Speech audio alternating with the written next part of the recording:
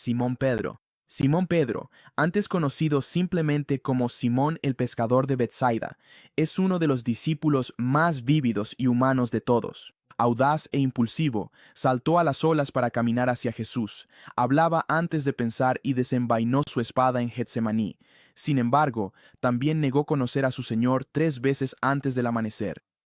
A pesar de sus fracasos, el corazón de Pedro era sincero, y después de la resurrección, Jesús lo restauró preguntándole 3 veces, ¿me amas? A partir de ese momento, Pedro se convirtió en el líder intrépido de la iglesia primitiva. En Pentecostés, predicó con tanta fuerza que miles llegaron a la fe, y en los años siguientes sanó a los enfermos, resucitó a los muertos, y escribió cartas llenas de humildad y esperanza. La tradición nos dice que Pedro finalmente fue crucificado en Roma cabeza abajo porque no se consideraba digno de morir como Cristo. Su historia es una de pasión, debilidad, gracia y transformación, mostrando cómo Dios puede convertir a un simple pescador en una piedra fundamental para su iglesia. Andrés. Andrés, el hermano de Pedro, tuvo un papel más discreto pero lleno de significado. Originalmente discípulo de Juan el Bautista, fue uno de los primeros en seguir a Jesús después de que Juan lo identificara como el Cordero de Dios. Su primera acción fue llevar a su hermano, Pedro, a Cristo, poniendo en marcha la historia.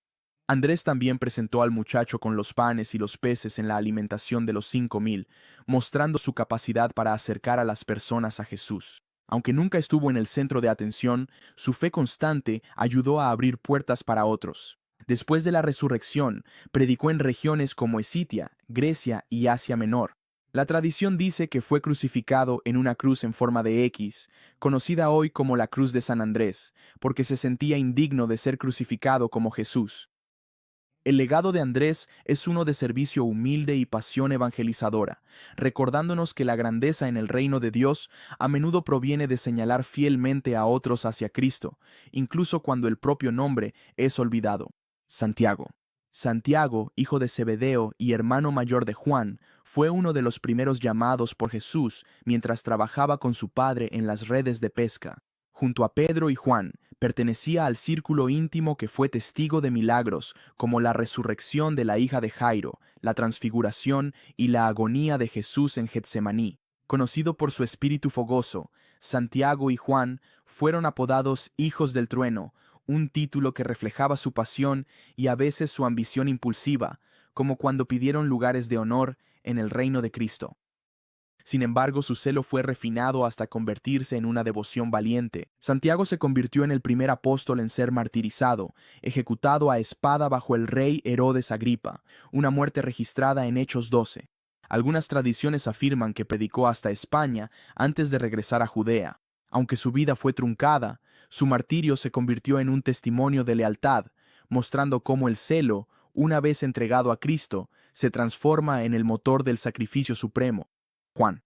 Juan, el hermano menor de Santiago, es recordado como el discípulo a quien Jesús amaba, reflejando el estrecho vínculo entre ellos. Se recostó sobre Jesús en la última cena, estuvo al pie de la cruz donde se le confió el cuidado de María, y más tarde escribió algunas de las obras más profundas del Nuevo Testamento: el Evangelio de Juan, 3 cartas y el Apocalipsis. De joven, Juan era impetuoso, llegando incluso a pedir que descendiera fuego sobre una aldea samaritana. Sin embargo, bajo la influencia de Cristo, fue transformado en el apóstol del amor, exhortando a los creyentes a cuidarse unos a otros como la señal más verdadera de la fe. Soportó la persecución, incluido el exilio en la isla de Patmos, donde recibió las visiones registradas en el Apocalipsis. A diferencia de los demás, se cree que Juan murió de muerte natural en Éfeso, siendo así el único apóstol que no fue martirizado.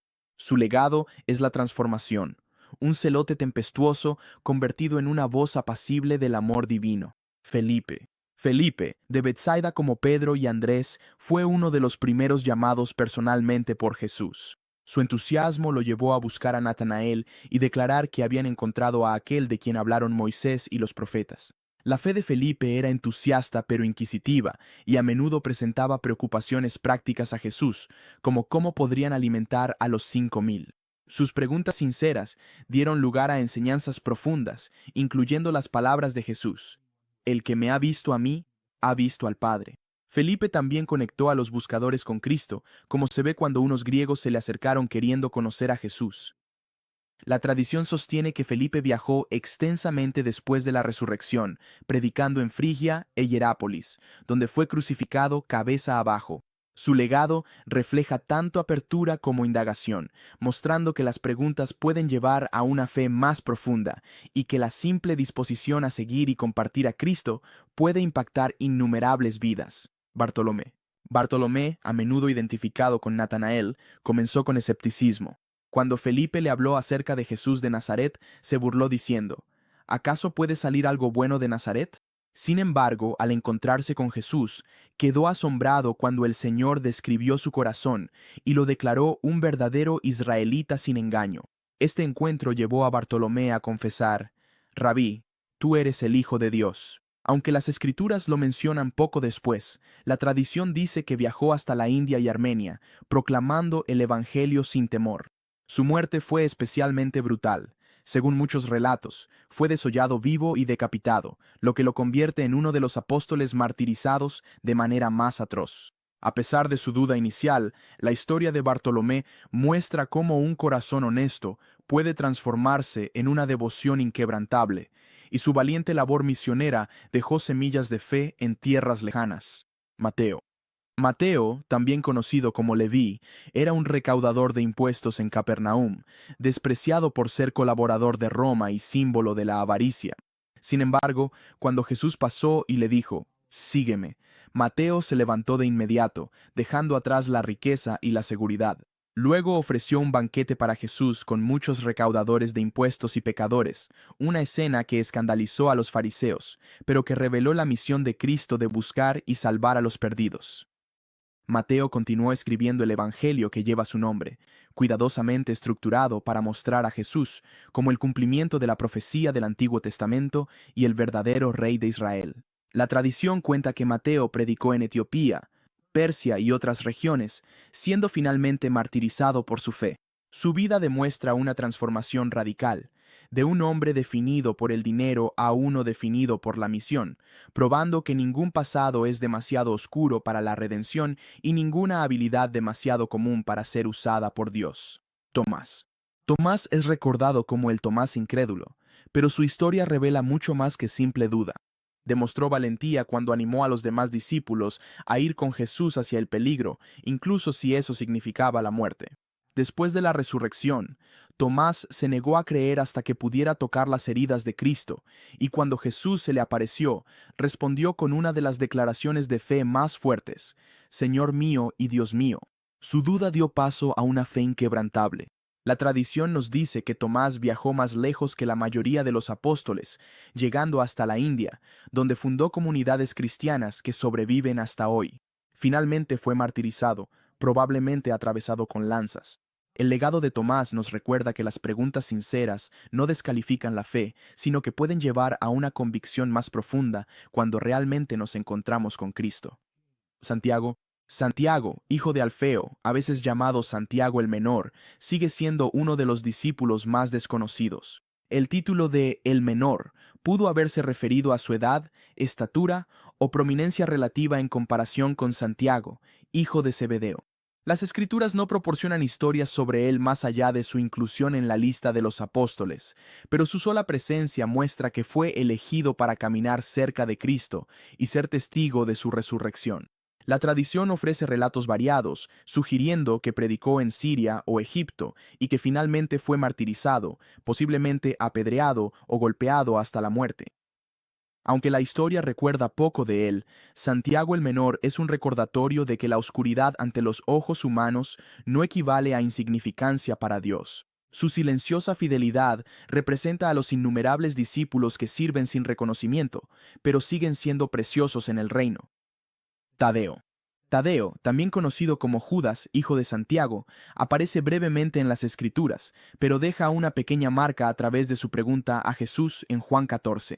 Señor, ¿por qué pretendes manifestarte a nosotros y no al mundo? Esto demuestra una preocupación reflexiva por la difusión del Evangelio. La tradición atribuye a él la breve pero poderosa Epístola de Judas, una carta que advierte contra los falsos maestros y exhorta a los creyentes a mantenerse firmes en la verdad.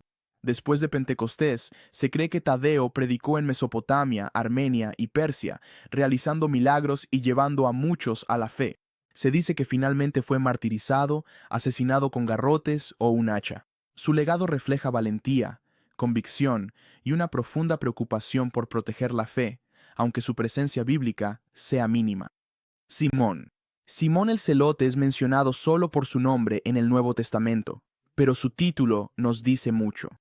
Los celotes eran un grupo radical dedicado a resistir el dominio romano, a veces de manera violenta, lo que hace que su discipulado sea notable. En el círculo de Cristo, Simón el Celote se sentaba junto a Mateo, el recaudador de impuestos, un hombre que fue aliado con Roma, dos enemigos naturales reconciliados bajo un solo Señor.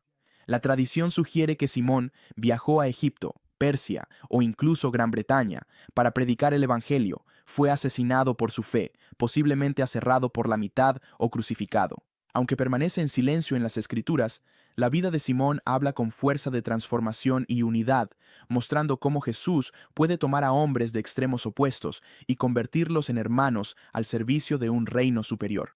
Judas Iscariote. Judas Iscariote, el discípulo más infame, servía como tesorero del grupo, pero estaba marcado por la avaricia y la traición. A pesar de presenciar los milagros de Jesús y caminar con él a diario, Judas se fue desilusionando, quizás esperando un Mesías político en lugar de un siervo sufriente. Aceptó traicionar a Jesús por 30 piezas de plata y lo identificó ante las autoridades con un beso.